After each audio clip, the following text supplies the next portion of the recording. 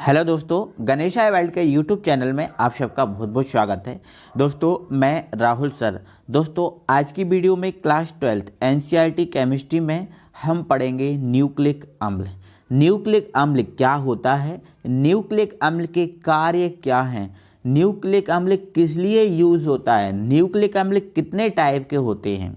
ठीक है, अब डीएनए आरएनए ये क्या होते हैं, इन चीज़ों को दोस्तों आज की वीडियो में हम पूरा कंप्लीट कर लेंगे। ठीक है, तो आइए दोस्तों हम इसको स्टार्ट करते हैं, पढ़ते हैं। ठीक है, तो सबसे पहले दोस्तों हम न्यूक्लिक अम्ल की बात करें कि ये न्यूक्लिक अम्ल क्या होता है, तो सबसे पहले हम इस न्यूक्लिक अम्ल पर ही बात करेंगे। ठीक है, तो ये दोस्तों हमारा न्यूक्लिक अम्ल है ना, न्यूक्लिक अम्ल है। तो दोस्तों जो न्यूक्लिक अम्ल है इसकी शॉर्ट डेफिनेशन की यदि मैं आपसे बात करूं, न्यूक्लिक अम्ल क्या है, तो दोस्तों जो मानव के विकास के लिए, जो मानव के विकास के लिए, प्रजनन क्षमता के लिए, किसके लिए, प्रजनन क्षमता के लिए, आनुवांशिक क्रियाओं के लिए जो उपयोग किया जाता है, जिस पदार्थ का मानव के विकास, प्रजनन, आनुवांशिक आदि के लिए उपयोग किया जाता है, उसे बोलते हैं हम न्यूक्लिक अम्ल।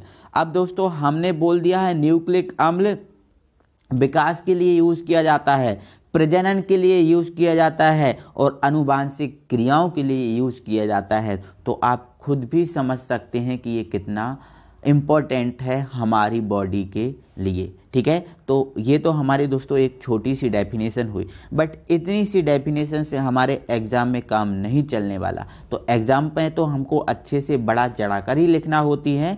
तो इसकी दोस्तों आगे अगर हम पूरी अच्छे से परिभाषा को देखें तो मेरे भाई जो न्यूक्लिक अम्ल है अत्यंत महत्वपूर्ण जैव अणु होता है, अत्यंत महत्वपूर्ण जैव अणु होता है जो सभी जीवित कोशिकाओं के केंद्रक में उपस्थित होता है। मतलब जो न्यूक्लिक अम्ल होता है एक महत्वपूर्ण ही क्या होता है, महत्वपूर्ण ही पदार्थ या जैव अणु होता है जो हमेशा जीवित कोशिकाओं के केंद्रक में पाया जाता है, मृत कोशिकाओं के केंद्रक में नहीं। मृत कोशिकाओं में न्यूक्लिक अम्ल नहीं पाया जाता, केवल जीवित कोशिकाओं में पाया जाता है। और जीवित कोशिकाओं के कहाँ पाया जाता है, केंद्रक में पाया जाता है, केंद्रक में उपस्थित होता है। न्यूक्लिक अम्ल कार्बन, यहाँ पर ये हाइड्रोजन लिखा है, कार्बन, हाइड्रोजन, यहाँ पर लिखा है ऑक्सीजन, नाइट्रोजन, फास्फोरस के जटिल कार्बनिक यौगिक होते हैं। मतलब दोस्तों जो न्यूक्लिक अम्ल होता है हाइड्रोजन, ऑक्सीजन, नाइट्रोजन, फास्फोरस से मिलकर बना होता है। कौन, न्यूक्लिक अम्ल। मतलब इसमें फास्फोरस और अलग से होता है। ठीक है, हमने प्रोटीन में देखा था कार्बन, हाइड्रोजन, ऑक्सीजन, नाइट्रोजन था, लेकिन न्यूक्लिक अम्ल में एक एडवांस एलिमेंट और है जो क्या है, फास्फोरस। ठीक है, ओके। आगे जटिल कार्बनिक यौगिक, मतलब ये इनसे मिलकर बना होता है जो धागे के समान, मतलब जो न्यूक्लिक अम्ल होता है ये धागे के समान बृहद अणु हैं। मतलब ये धागे के समान, जैसे धागे होते हैं ना लंबे लंबे पतले पतले, तो ये धागे के समान बड़े लंबी श्रृंखला वाले बृहद अणु होते हैं, ऐसा हम लिख सकते हैं। ठीक है, जो जीवित प्राणियों के विकास, प्रजनन एवं आनुवांशिक लक्षणों में महत्वपूर्ण भूमिका निभाते हैं। तो मैंने दोस्तों शॉर्ट परिभाषा बोली थी ना, तो शॉर्ट इनमें भी इन्वॉल्व है, इसमें भी आ गई। ठीक है, वही है ना, वही बताया इसने, क्या बोल दिया इसने, जे कि जो जीवित प्राणी हैं इनके विकास के लिए, प्रजनन के लिए और इनकी आनुवांशिक क्रियाओं के लिए, लक्षणों के लिए महत्वपूर्ण भूमिका निभाते हैं। कौन, न्यूक्लिक अम्ल। मतलब न्यूक्लिक अम्ल मेरे भाई इंपॉर्टेंट है। ठीक है, चलो अब न्यूक्लिक अम्ल न्यूक्लियोटाइड्स की लंबी श्रृंखला होती है। मतलब जो न्यूक्लिक अम्ल होता है इसकी शॉर्ट परिभाषा और हम बात करें तो दोस्तों जो न्यूक्लिक अम्ल होता है न्यूक्लियोटाइड्स की लंबी श्रृंखला होती है। अब ये न्यूक्लियोटाइड्स क्या होता है, तो दोस्तों हमने क्या पढ़ा था, एमिनो अम्ल पढ़ा था। जो एमिनो अम्ल पढ़ा था मेरे भाई, या जो एमिनो अम्ल पढ़ा था, इस एमिनो अम्ल से ही मिलकर बना होता है न्यूक्लियोटाइड्स। या फिर हम दूसरी भाषा में और कहें दोस्तों कि जो न्यूक्लिक अम्ल होता है, इन न्यूक्लिक अम्ल की जो एक लंबी श्रृंखला बन जाती है। जैसे मान के चलो दोस्तों, जो धागा है इस धागे को हम लपेट देते हैं किसी एक छोटे से टुकड़े में, तो वो क्या बन जाती है, गिट्टी बन जाती है। क्या बन जाती है, गिट्टी हम बोलते हैं उसको, धागे की गिट्टी बनती है। तो उसी प्रकार दोस्तों जब न्यूक्लिक अम्ल, बहुत सारे न्यूक्लिक अम्ल आपस में मिल जाते हैं तो ये क्या बन जाता है, एक न्यूक्लियोटाइड्स बन जाता है। क्या बन जाता है, न्यूक्लियोटाइड्स बन जाता है। ठीक है, तो न्यूक्लिक अम्ल न्यूक्लियोटाइड्स की लंबी श्रृंखला होती है। उसने खुद ही बताया कि न्यूक्लिक अम्ल जो है वो न्यूक्लियोटाइड्स की लंबी श्रृंखला होती है। मतलब न्यूक्लियोटाइड्स किससे बना? न्यूक्लिक अम्ल से बना। ठीक है, जिसे पॉली न्यूक्लियोटाइड्स ही बोलते हैं। ठीक है, इन्हें क्या बोलते हैं? पॉली न्यूक्लियोटाइड्स भी कहते हैं या बोलते हैं। ठीक है, चलो, तो ये मेरे भाई न्यूक्लिक अम्ल हुआ। अब दोस्तों न्यूक्लिक अम्ल के प्रकार की बात करें तो न्यूक्लिक अम्ल दो प्रकार के होते हैं, डीएनए और आरएनए। ठीक है, न्यूक्लिक अम्ल दो प्रकार के होते हैं, डीएनए और आरएनए। तो मेरे भाई हम क्या करेंगे, जो डीएनए और आरएनए है इसको हम अलग से नहीं समझेंगे, हम इनमें अंतर में ही समझेंगे, इनके डिफरेंस में ही समझेंगे, क्योंकि ये डिफरेंस आता भी है और डिफरेंस में परिभाषाएं वगैरह और इसमें जो इम्पोर्टेंट चीज़ रहती है सारी हमें डिफरेंस में मिल जाती हैं। ठीक है, तो सबसे पहले दोस्तों यदि हम डीएनए की बात करें, आरएनए की बात करें, तो डीएनए का फुल फॉर्म है deoxy nucleic acid. Deoxy nucleic acid DNA का फुल फॉर्म है। आरएनए के फुल फॉर्म है ribose nucleic acid. Ribose nucleic acid, ठीक है, इनका फुल फॉर्म है। अब इसमें हिंदी में बात करें तो दोस्तों इसमें डीऑक्सी राइबोस सक्रा होती है। ठीक है, मतलब यदि पॉइंट की बात करें, यदि डीएनए की बात करें हम पॉइंट में, तो मेरे भाई जो डीएनए होता है इसमें डीऑक्सी राइबोस शर्करा होती है। डीएनए में कौन सी शर्करा होती है? डीऑक्सी राइबोस शर्करा होती है, और इसमें केवल राइबोस शर्करा होती है। इसमें डीऑक्सी राइबोस शर्करा होती है, इसमें केवल कौन सी शर्करा होती है? राइबोस शर्करा होती है। किसमें? आरएनए में। ठीक है, अब ध्यान रखना डीएनए आरएनए अनुवांशिक क्रियाओं के लिए महत्वपूर्ण भूमिका निभाते हैं, ये तो मैंने पहले ही बता दिया। ठीक है, तो डीऑक्सी राइबोस शर्करा होती है और राइबोस शर्करा होती है। सेकेंड पॉइंट की बात करें, ये अनुवांशिक गुणों को एक पीढ़ी से दूसरी पीढ़ी तक ले जाते हैं।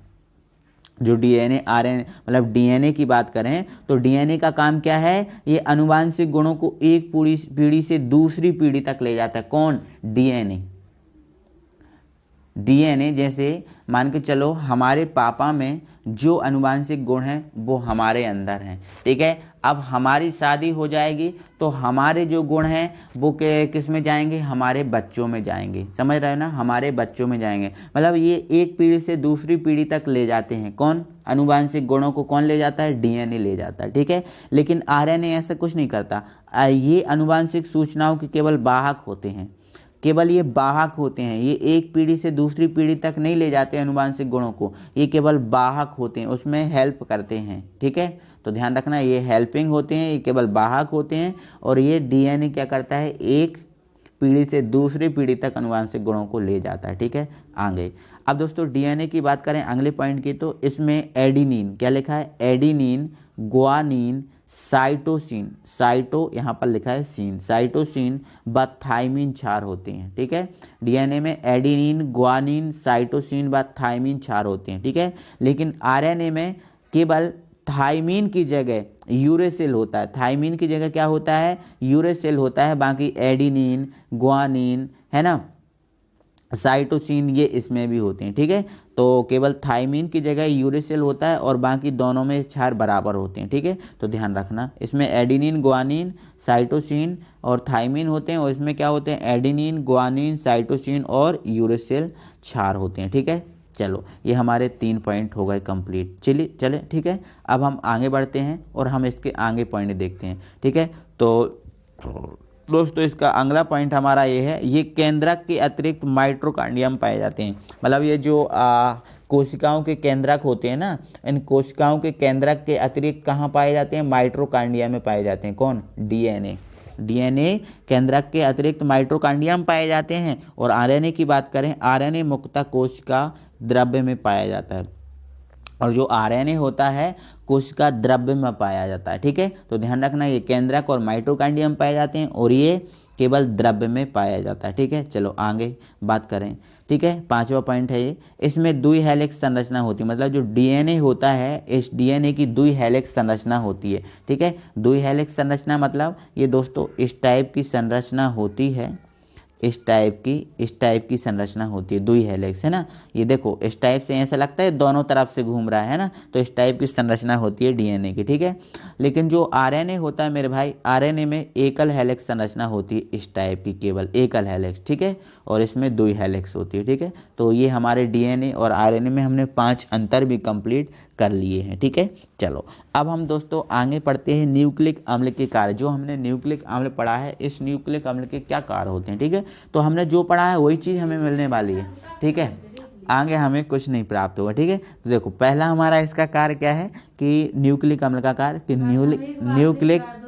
न्यूक्लिक अम्ल आनुवांशिक गुणों की इकाई है। मतलब जो न्यूक्लिक अम्ल है मेरे भाई, वो क्या है, जो आनुवांशिक गुण होते हैं ना, उनकी मोस्ट इकाई है। मतलब जो आनुवांशिक गुण है वो किससे मिलकर बने हैं, न्यूक्लिक अम्ल से ही मिलकर बने हैं। तो मतलब जो न्यूक्लिक अम्ल है आनुवांशिक गुणों की इकाई है। ठीक है, जो आनुवांशिक गुणों को एक पीढ़ी से दूसरी पीढ़ी तक ले जाते हैं। तो ध्यान रखना है ना कि जो आनुवांशिक गुणों की जो छोटी से छोटे जो पार्ट है, मतलब ये जड़ होती है, जैसे पेड़ की जड़ क्या, जैसे पेड़ की जड़ें होती हैं जो मूल मुख्य भूमिका निभाती हैं, ऐसे ही आनुवांशिक जो गुण होते हैं उनकी मुख्य भूमिका कौन निभाता है, न्यूक्लिक अम्ल। ठीक है, सेकंड पॉइंट हमारा, न्यूक्लिक अम्ल एंजाइम के निर्माण को नियंत्रित करते हैं। जो न्यूक्लिक अम्ल होते हैं वो एंजाइम होते हैं ना, एंजाइम के निर्माण को क्या करते हैं, ये नियंत्रित करते हैं। ठीक है, ना ज़्यादा होने देते ना कम होने देते हैं उनको, मतलब नियंत्रित करते हैं। ठीक है, ऐसे ज़्यादा कम नहीं होने देते। ओके, चलो नेक्स्ट हुआ हमारा पॉइंट है, न्यूक्लिक अम्ल प्रोटीन संश्लेषण को नियंत्रित करते हैं। हाँ, न्यूक्लिक अम्ल जो है ना प्रोटीन संश्लेषण को भी नियंत्रित करते हैं। ठीक है, इसको भी कम ज़्यादा नहीं होने देते, उसको भी स्टोरेज करके नियंत्रण उसका करते हैं। ठीक है, तो ये मेरे भाई न्यूक्लिक अम्ल के कार्य हुए। तो आज हमने दोस्तों पूरा न्यूक्लिक अम्ल पढ़ा। ठीक है, तो बस दोस्तों आज की वीडियो में इतना ही। अगली वीडियो में हम कल फिर मिलते हैं आपसे, तब तक के लिए थैंक यू वेरी मच। ठीक है।